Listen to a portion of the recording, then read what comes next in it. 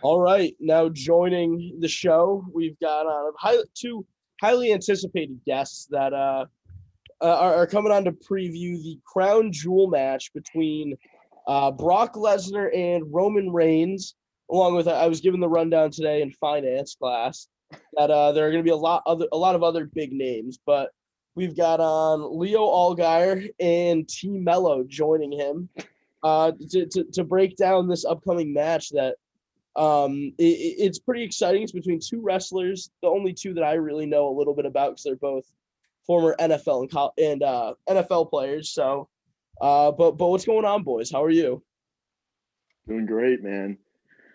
Well, not much, Diaz. I mean, I just saw you like an hour ago, but I did see an hour. So we've got let's get right into it. We've got this crown jewel match coming up. It's between the two big names for it. Brock Lesnar, who's done just about everything he can under the sun: UFC, college wrestling, NFL, WWE. Then you got Roman Reigns, former NFL and college football player. So what's the whole dynamic for this? Because I have no clue what's really going on with it. I won't lie. So that's why I've got you guys here to kind of walk me through it. What is going to happen on the, next Thursday? well, the crazy thing is, Brock and Roman have faced each other like 8 or 9 times in WWE. This is not their first meeting. Okay. So like, and back in the day, this was when Brock was a heel. Like the heel's like the bad guy, and then like the baby face is like the good guy. Yeah. So like Roman was the good guy, and Brock was the bad guy the whole time.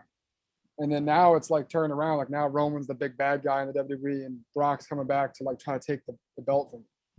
You know what I mean? Now, how does that happen? How does it kind of switch where guys go from heels to baby faces or baby faces to heels? Well, since Brock was out for so long, they kind of they had Roman being the big, huge heel for so long that it's just so hard for him to switch back so easily. Mm-hmm. So they had Brock. I mean, he was riding off for so long, looking like a Viking, comebacks, and then just kicking ass and taking names. And then Roman took Brock's manager. There's this guy like Paul Heyman who was with Brock. I mean, since Brock's been a rookie in the WWE, and like Paul Heyman's like the ultimate mastermind behind like WWE. Like he's always with the best of the best. Always gets the guys the belts. And he's always usually with the heel. Yeah. So is Paul Heyman kind of like he's like your hype man, the marketing guy for the heels? Yes, he's like the ring manager. He's like in boxing where they have like their coaches and the like the ring posts like in between rounds. He's usually too behind the scenes with all like the promo cutting and stuff like that too. And he does a lot of stuff with SmackDown too as a whole. So how much does he come into play in this match, this upcoming crown jewel match? Oh, it's all revolved around him. And it's going to be interesting too, because as of right now, it could switch, but who knows? Because like Brock's been teasing that like whole like, hey Paul, you texted me last week about this. Remember? You know, he's getting like, and the Roman's like, what the hell? Like you're communicating with Paul? Like, yes. So it's a pretty good story, to be honest with you. I like it. Very long, and it's a very long awaited promo too, because they've had so much history together. Okay. All three of them. So how does the crown jewel work? Like what makes this the crown jewel match? What makes it so special that it's like this? I mean, it's relatively new. Like crown jewel was never always a thing. Like when I was younger, it was never really a thing. And then they started doing it, I don't know, 3-4 years ago. And they go to Saudi Arabia and do it so they can like just how global it is. But I mean, they put every big name you could think of in WWE over there. It's like the international WrestleMania almost, because like they go like somewhere out of country basically and bring back like the biggest names possible. Like 2 years ago, they had John Cena and Triple H literally just have a random match. Like there was no build up. There was just like John and Triple H are fighting, like, and they were like 50 years old. Like, yeah, exactly. It's just it's like a ticket sales thing.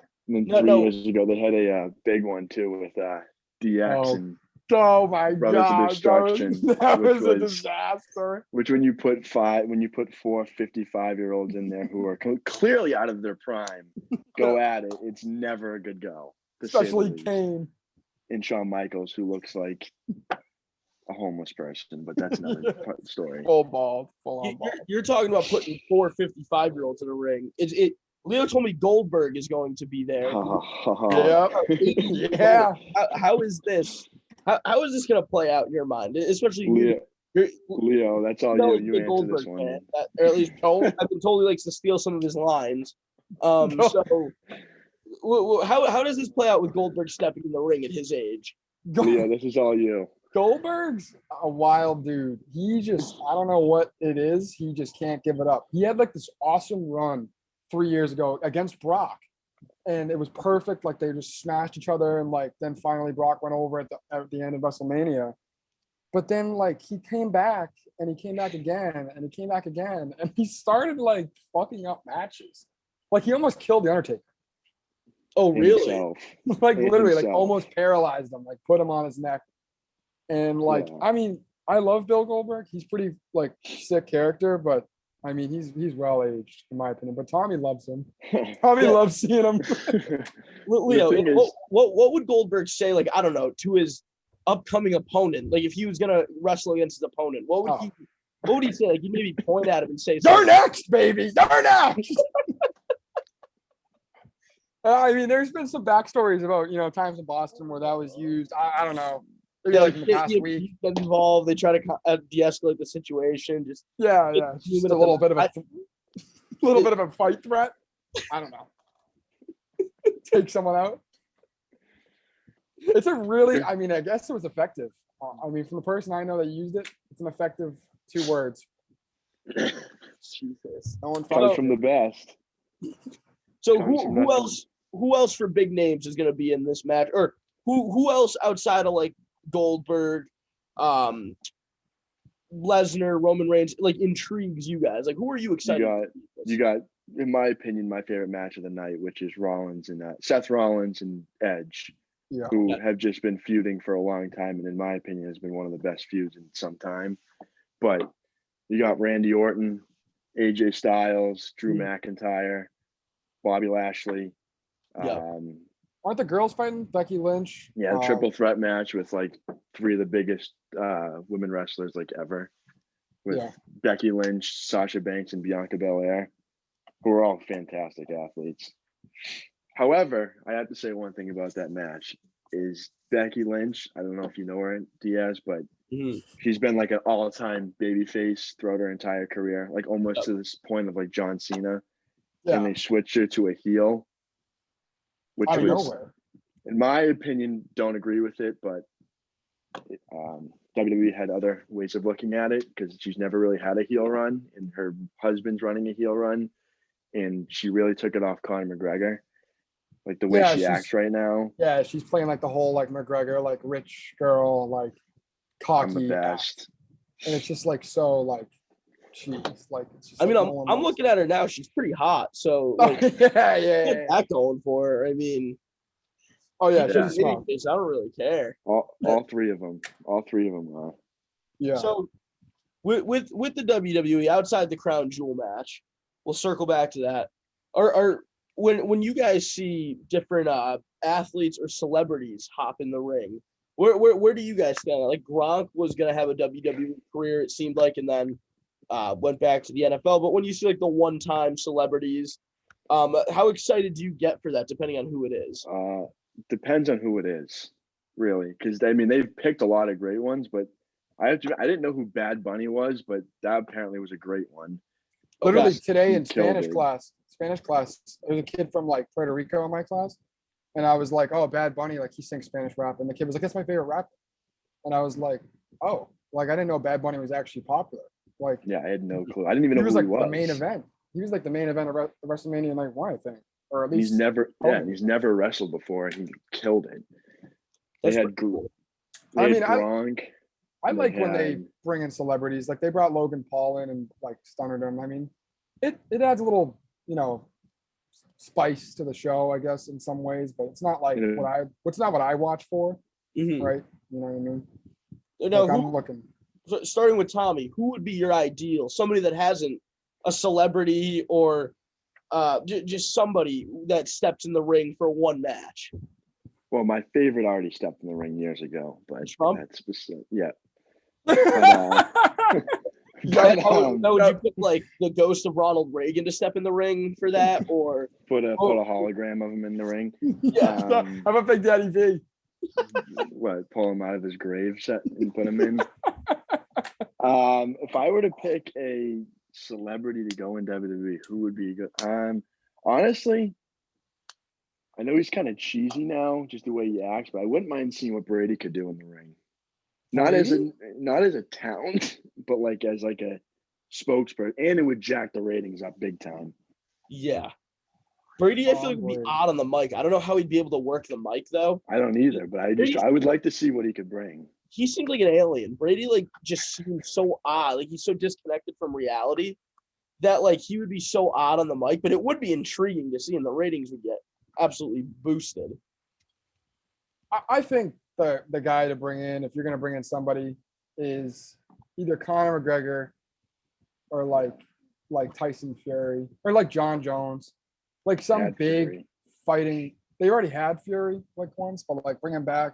Those big fighters are like big because it starts to like, like weigh the fact of like real fighting versus like wrestling, and then you kind of gain more of a respect for wrestling because like you have real fighters going in there and saying like this shit ain't easy, like this shit's hard, Right. like you know what I mean. And then also like Conor McGregor is such a great like personality. Oh yeah, definitely. Yeah. And the other person too who's teased it a couple of times is Daniel Cormier. That would be yeah. cool, and that one would be sick Against Brock. Yeah, that would be awesome. I mean, I want to see Brock go in the cage again with Daniel Cormier. I want to see him go in the octagon.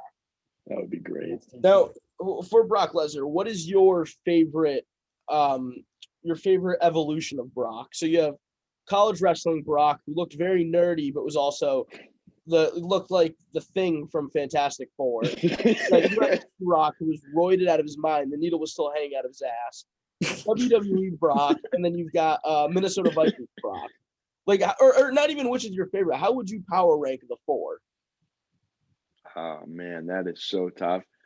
But honestly, because before he returned in 2012, I didn't have a whole grasp on him.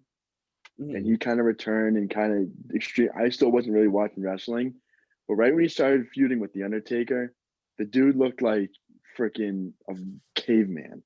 Yeah, freaking head was enormous, screaming into this microphone. He was a freaking Wolverine. But if I were to say my favorite time of Brock Lesnar,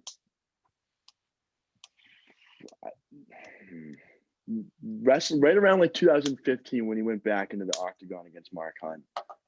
He was a machine. He was shredded. Like you just huge, like just muscles on muscles. It was outrageous seeing a human being look like how he looked. And like when he they did like the UFC YouTube videos they do before every like UFC pay-per-view. And it's like you see him next to like a normal like actual athlete and you're just like, holy shit. Yeah. He makes that guy look like skinny. Like the size of his forearms and stuff and like his chest, his chest, his back. Human being. When he did his weigh-in, it was absurd how big he was. His arms are enormous. I mean, he's got to be top 5 athletes of all time, in my opinion. I mean, he's done WWE. He's tried out for the NFL. I mean, he was on a team for the preseason. Was an elite level, like a dominant college wrestler, along with I think doing UFC. It's crazy what he's done.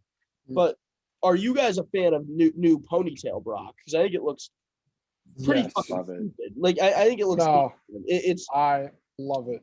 Terrible. I love the new look. The beard makes it too. Oh, the beard is the best.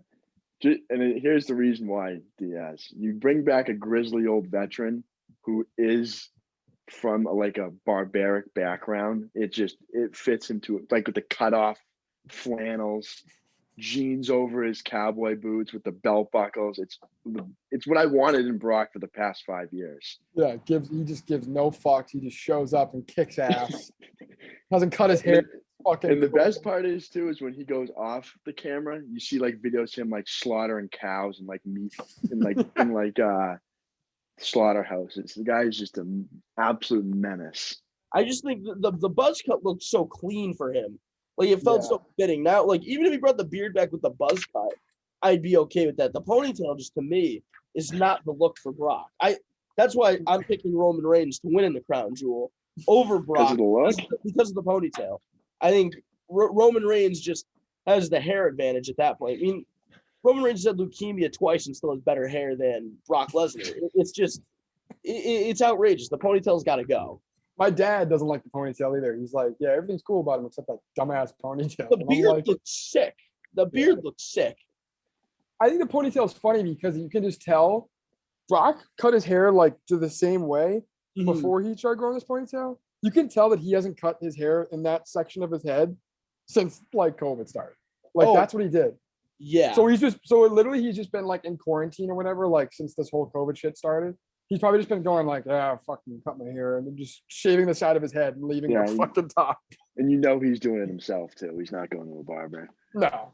He's had his like No. wife do it or something. Yeah, When- Sable's pulling out the scissors and cutting it off herself. When Brock Lesnar returned, I know somebody was a pretty big fan of it. Hugh showed me the comments on the WWE Instagram page. Were you able to sleep after Brock Lesnar returned? Let's put it as this. I was about to shut off the television. I'm like, it's over. Roman Reigns holds up his hand. His music played. I was like, holy shit. I was literally running up and down my kitchen. I felt like a 5-year-old. And you know what's crazy too is like, I don't know, 3 weeks before, we're watching Money in the Bank. We were just in Houston the day before. Yep. Sitting on Leo's couch watching Money in the Bank, watching it. Roman Reigns wins. We're sitting there like, that was a great match. About 10 seconds later, Cena comes out. Leo's jumping on the couch like a 10-year-old on Christmas morning. Yeah. That's Anytime Cena comes back, it's just electric. Oh, Especially that one. That one was like a very anticipated, like yes. we want to see Cena now. Like every fan has like mixed emotions about John Cena. Like they're like some people like him, some people don't. yeah. In that night, everybody was cheering for him. I mean, everybody was pumped to see him. We know you're a big John Cena fan after seeing you wore the John Cena T-shirt to our away game at UMass Dartmouth. Like, I didn't know about that. Tommy, we're walking to the bus and we've got the white track jackets. I'm like walking next to Leo. I look over. I just see John Cena's head staring at me through the white material. I'm like, you're not wearing the John Cena T-shirt. And I goes, yeah, dude, I look big in it. Like my arms look big in it. I was dying. It was supposed to be good luck, Diaz, and obviously it did not work.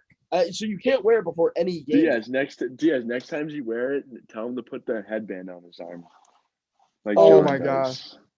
That It's you absurd. should have brought the hat and wore the hat with the travel suit. It would have looked terrific. I considered it, With the jorts. but I couldn't.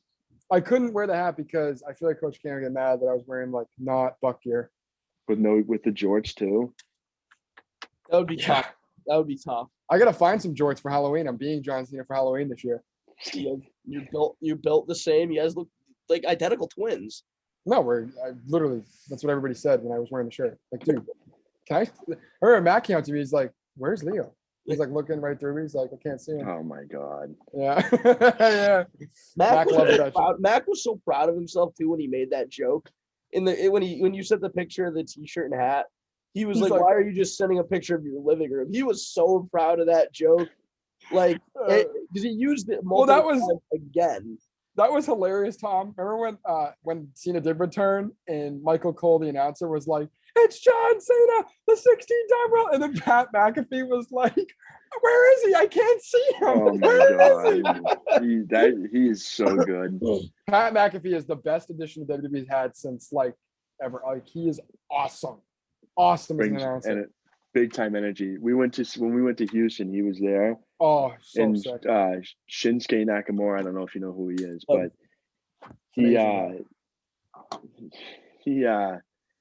does his intro, and McAfee was standing on the announce table, like jumping up and down, going crazy, and the fans just love it. Love it. He's got unreal energy. He's been an awesome addition to the WWE because he brings in that little bit of the football base that followed him too. He can expand the audience a little bit more, but the energy he brings is just unmatched. And he No, and brings he the was- attitude back too. He was doing the leg guitar like on his leg. He was like playing Yeah, the it was- guitar. Classic. Now, what would your so we'll do both of you will answer. It's kind of a two-part. Your finishing move if you were a WWE wrestler and your music. Like if you had to pick a Ooh. song to come out to. Well, Tommy, if you want to lead it off, Shit. you can go with pick one of them to go with first. Then we could circle back unless you know both of them. My finishing move would probably be a power bomb. Just Dave. It's because of Dave Batista. Jesus. And my entrance. Oh, this Would your is signature? tough. Wait, Tom. Would your signature be a spine buster? Probably, yeah. Because Yeah. it's my most effective move. I can pull it off. Tom. Power Tom. bomb is tough. Tom. What? What would you be as like a wrestler? What would be your actions in the ring? Would you be loud, grunt? Diaz. This is my answer to that question. Goldberg. That is my answer to that Can you question. give us a year next? Leo already gave us one. Oh, I'd like to know what that guy in Boston heard.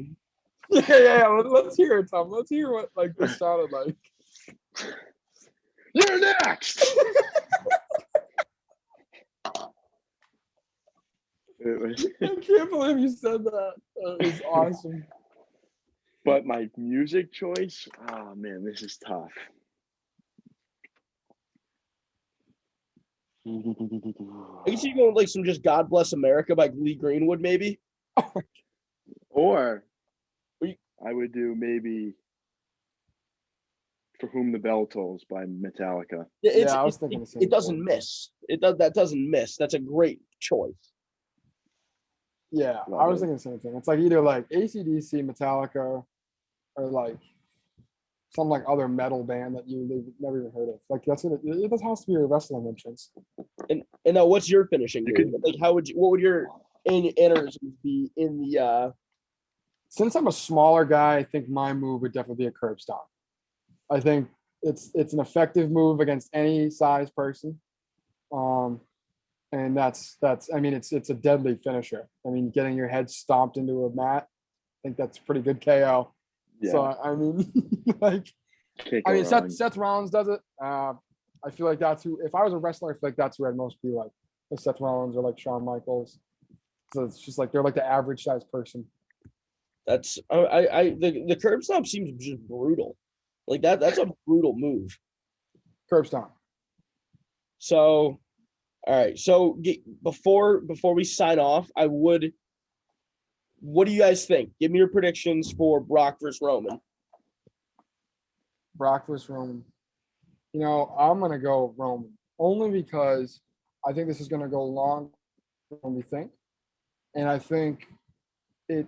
I mean, there's just no one yet that I've seen that's given Roman a real threat. Roman's gonna be the champ as long as I don't even know until some like young guy that like they need a big push for can go over him. I mean, Brock could take the belt, but I don't think at this event. Don't think so. So I'm picking Roman because I don't like Brock Lesnar's hair. You're picking Roman because no one's really giving him a competition. Passing over to Tommy. What is your prediction? Oh man, I'm the odd man out here. I'm going with the Beast. No, Gotta go really? with him. Gotta go with him. I think for some reason, I'm hoping it's a fair match with no Uso intervention. That's what I'm hoping. Mm. But I don't think Paul Heyman's going to be as the wise man as he is. to Really? Roman Reigns.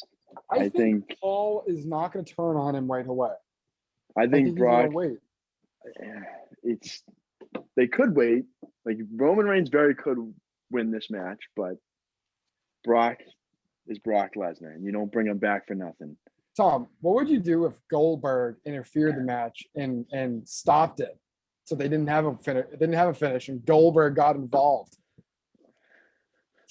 And just speared both of them through the barricade. Yep, and was like, "I'm coming for it. I'm eating 25 eggs a day because I'm going to kill Oh. everyone." Before we move on from that, Diaz, I got to tell you something about this. So I Yeah. was watching a documentary with Goldberg. It's one of the documentaries they have on WWE Network. And I'm listening casually, and Goldberg doing this crazy stuff with his neck crunches and he's grunting, just doing whatever. They move on from it. He's sitting there at the breakfast table.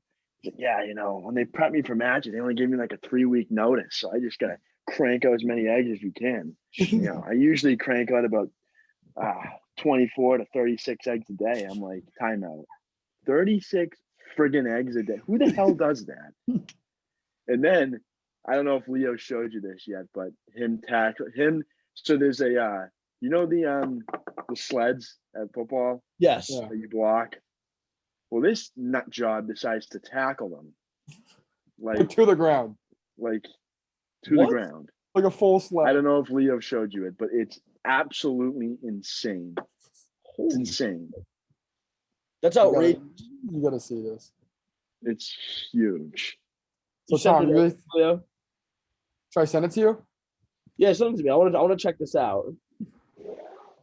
Hang on. Oh my god. See what we All right, get. I just sent it to you. There we go. Just got it. Volume up. Wow. No, you got to turn it all the way up, Diaz.